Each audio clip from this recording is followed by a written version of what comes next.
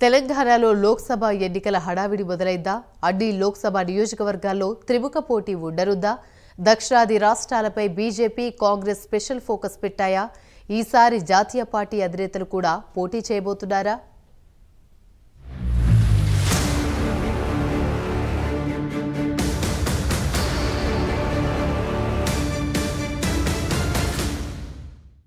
తెలంగాణలో అసెంబ్లీ ఎన్నికల హడావుడి మొదలైంది. నిర్ణీత గడువు కంటే నెల రోజుల ముందే లోక్సభ ఎన్నికలు జరగొచ్చన్న ఊహాగానాలతో తెలంగాణ రాజకీయ పార్టీలు అలర్ట్ అయ్యాయి.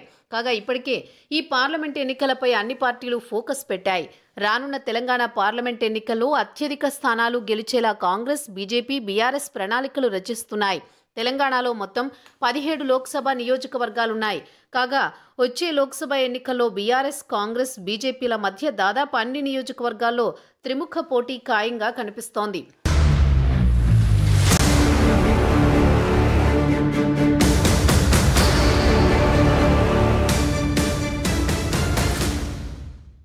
లోక్సభ ఎన్నికలు దగ్గర పడుతుండటంతో అసెంబ్లీ ఎన్నికల్లో ఓటమి పాలైన కేసీఆర్ ఈసారి లోక్సభ ఎన్నికల ద్వారా మళ్లీ బలం పుంజుకోవడానికి సిద్ధమవుతుంది. ఈ నేపథ్యంలోనే లోక్సభ ఎన్నికలపై ప్రత్యేక దృష్టి పెట్టినట్లు తెలుస్తోంది. గత పార్లమెంట్ ఎన్నికల్లో బీఆర్ఎస్ 9 స్థానాలను గెలుచుకుంది. కాగా ఇప్పుడు అసెంబ్లీ ఎన్నికల ఓటమితో ఉన్న గులాబీ బాస్ ఎలాగైనా లోక్సభ ఎన్నికల్లో తిరిగి తన మార్కు చూపించుకోవాలని చూస్తున్నారు. అసెంబ్లీ ఎన్నికల్లో పార్టీ ఓటమికి కారణాలను సమీక్షించుకుని లోక్సభ ఎన్నికల్లో సత్తా చాటాలని బీఆర్ఎస్ ఉవ్విళ్లూరుతోంది. ఈ దిశగా బీఆర్ఎస్ నాయకత్వం ఫుల్ ఫోకస్ పెట్టినట్లు తెలుస్తోంది. క్షేత్రస్థాయిలో లోక్సభ నియోజకవర్గాల వారీగా పార్టీ బలాబలాలపై బీఆర్ఎస్ వర్కింగ్ ప్రెసిడెంట్ కేటీఆర్, మాజీ మంత్రి హరీష్ రావు సమీక్షలు చేస్తున్నట్టు సమాచారం. ఇప్పుడిప్పుడే కోలుకుంటున్న ఆ పార్టీ అధినేత కేసీఆర్ కూడా కొద్ది రోజుల్లోనే లోక్సభ ఎన్నికలపై సమగ్రంగా చర్చించే అవకాశం ఉంది. అభ్యర్థుల ఎంపిక విషయంలో ఏమాత్రం జాప్యం కాకుండా చూడాలని బీఆర్ఎస్ నాయకత్వం భావిస్తోంది. అభ్యర్థుల ఎంపిక ప్రక్రియను వీలైనంత త్వరగా పూర్తి చేసి ప్రచారంపై ఫోకస్ చేయాలని ఆ పార్టీ నేతలు యోచిస్తున్నారు. ప్రచార వ్యూహాలపై కూడా ఆ పార్టీ నేతలు ప్రత్యేక దృష్టి సారించినట్టు తెలుస్తోంది. తెలంగాణ అసెంబ్లీ ఎన్నికల్లో కాంగ్రెస్ పార్టీతో పోల్చితే 2% ఓట్లు మాత్రమే బీఆర్ఎస్కు తగ్గాయి. ఆచరణ సాధ్యం కాని హామీలు, దుష్ప్రచారంతోనే కాంగ్రెస్ ఎన్నికల్లో గెలిచిందని బీఆర్ఎస్ నేతలు ఆరోపిస్తున్నారు.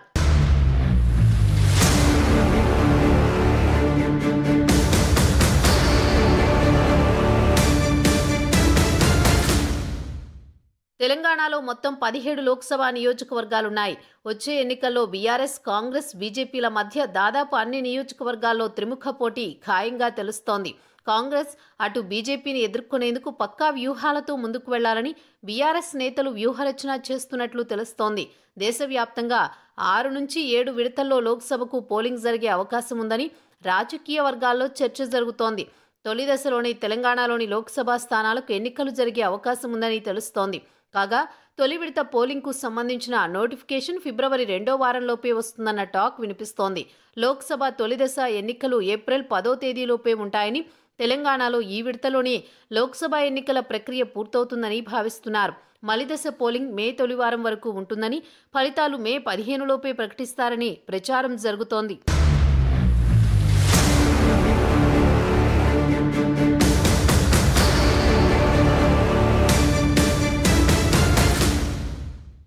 ఇక తెలంగాణ లోక్సభ ఎన్నికలపై బీజేపీ సమరశంఖారావం పూరించింది. అయితే గత లోక్సభ ఎన్నికల్లో 4 స్థానాలను చేజిక్కించుకున్న బీజేపీ ఈసారి మరింతగా తన గ్రాఫ్ పెంచుకోవాలని భావిస్తోంది. ఇందులో భాగంగానే బీజేపీ రాష్ట్ర అధ్యక్షులు కిషన్ రెడ్డి అన్ని పార్టీల కంటే ముందే మేల్కొన్నారు. సర్వే అంచనాలను సైతం దొరకకుండా మంచి ఫలితాలు సాధిస్తామని ధీమా వ్యక్తం చేస్తున్నారు. ప్రస్తుతం సిట్టింగ్ స్థానాలైన ఆదిలాబాద్, నిజామాబాద్, కరీంనగర్ జిల్లాలో మరోసారి విజయం సాధించేలా పక్కా ప్లాన్తో ముందుకు వెళ్తున్నారు. అలాగే సికింద్రాబాద్ సిట్టింగ్ స్థానం చేజారకుండా ఉండేందుకు పక్కా ప్రణాళికను రచిస్తున్నట్లు బీజేపీ చెప్తోంది. బీజేపీ జాతీయ నాయకులను ఈసారి ఎన్నికల ప్రచారానికి పూర్తిగా వినియోగించుకోవాలని యోచనలో బీజేపీ భావిస్తోంది.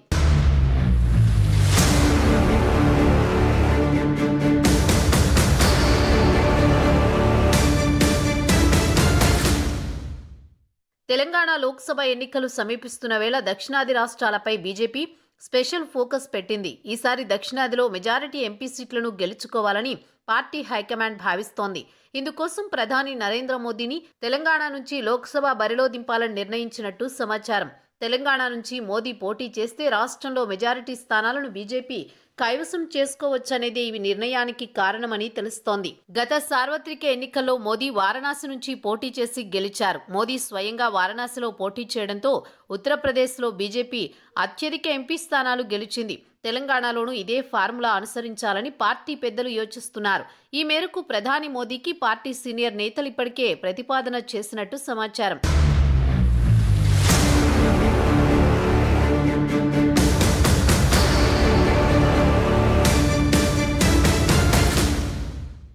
ఇక తెలంగాణ పార్లమెంట్ ఎన్నికలకు అధికార కాంగ్రెస్ పార్టీ అత్యంత ప్రతిష్టాత్మకంగా తీసుకున్నట్లు తెలుస్తోంది. ఇందుకోసం కాంగ్రెస్ భారీ స్కెచ్ వేసినట్టు సమాచారం. ఎట్టి పరిస్థితుల్లోనూ 17 నియోజకవర్గాల్లో గెలుపొందడమే లక్ష్యంగా పెట్టుకుంది. ఇప్పటికీ అసెంబ్లీ ఎన్నికల్లో ఘన విజయం సాధించడంతో జోష్ మీద ఉన్న కాంగ్రెస్ అదే ఉత్సాహంతో లోక్సభ ఎన్నికల్లోనూ సత్తా చాటాలని భావిస్తోంది. ఈ మేరకు పక్కా ప్లాన్ రూపొందించినట్లు తెలుస్తోంది. ప్రతి పార్లమెంట్ సెగ్మెంట్కు ఏఐసీసీ తరపున ఒక ఇన్ఛార్జీతో పాటు పీసీసీ తరపున మంత్రులను కూడా ఇన్ఛార్జీలుగా కాంగ్రెస్ పార్టీ నియమించింది. అయితే అసెంబ్లీ ఎన్నికల్లో పార్టీ గెలుపులో కీలక పాత్ర పోషించిన వారికి ఈ బాధ్యతలు అప్పగించింది.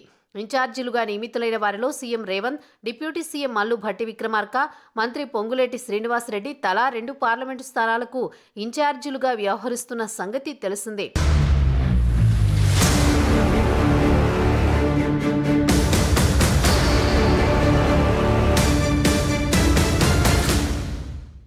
తెలంగాణ కాంగ్రెస్ అధికారంలోకి రావడంతో ఇక రానున్న పార్లమెంట్ ఎన్నికల్లోనూ తెలంగాణలో సత్తా చాటాలని కాంగ్రెస్ భావిస్తోంది.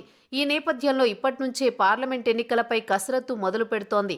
ప్రత్యేక తెలంగాణ ఇచ్చిన సోనియా గాంధీకి కృతజ్ఞతగా ఆమెను రాష్ట్రం నుంచి గెలిపించి పార్లమెంటుకు పంపాలని రాష్ట్ర నాయకత్వం భావిస్తోంది. ఇప్పటికే సోనియా గాంధీ తెలంగాణ నుంచి పోటీ చేసే అంశంపై తీర్మానాలు కూడా చేశారు. దీంతో కాంగ్రెస్ అగ్రనేత సోనియా గాంధీ తెలంగాణ నుంచి లోక్సభకు పోటీ చేసే విషయంపై దాదాపుగా స్పష్టత వచ్చిందని రాజకీయ వర్గాలంటున్నాయి. ఆమె ఖమ్మం ఎంపీ స్థానం నుంచి పోటీ చేయనున్నట్లు సమాచారం. తెలంగాణ నుంచి సోనియా గాంధీ పోటీ చేయాలని గత కొంతకాలంగా రాష్ట్ర పార్టీ నాయకత్వం కోరుతోంది. ఈ మేరకు రాష్ట్ర కాంగ్రెస్ పార్టీ గత నెలలో తీర్మానం చేసి అధిష్టానానికి పంపారు. రెండోసారి జరిగిన పార్టీ విస్తృత స్థాయి సమావేశంలోనూ సోనియా గాంధీ తెలంగాణ నుంచి పోటీ చేయాలని తీర్మానం చేసి పంపించారు. దీంతో ఆమె సూత్రప్రాయంగా అంగీకరించినట్టు సమాచారం.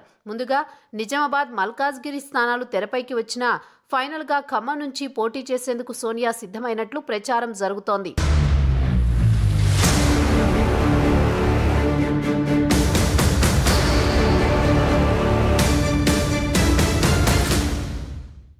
అయితే కాంగ్రెస్ అగ్రనేత సోనియా గాంధీ ఖమ్మం నుంచి పోటీ చేయడం ద్వారా తెలంగాణలోనే కాకుండా ఏపీ పైన ప్రభావం ఉంటుందని కాంగ్రెస్ నేతలు భావిస్తున్నారు. ఇప్పటికే కర్ణాటకలో ఆ పార్టీ అధికారంలో ఉండగా ఇటీవల తెలంగాణలోనూ పాగా వేసింది.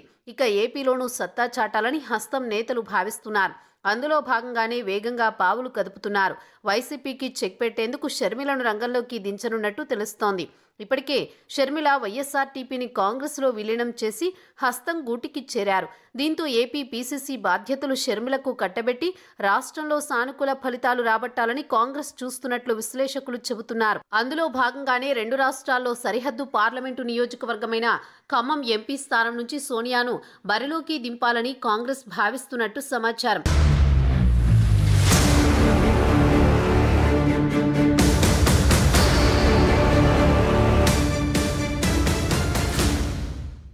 మొత్తానికి ఈసారి సోనియా గాంధీ తెలంగాణ నుంచి పోటీ చేస్తే ఆమె సౌత్ నుంచి పోటీ చేయడం ఇది రెండోసారి అవుతుంది. గతంలో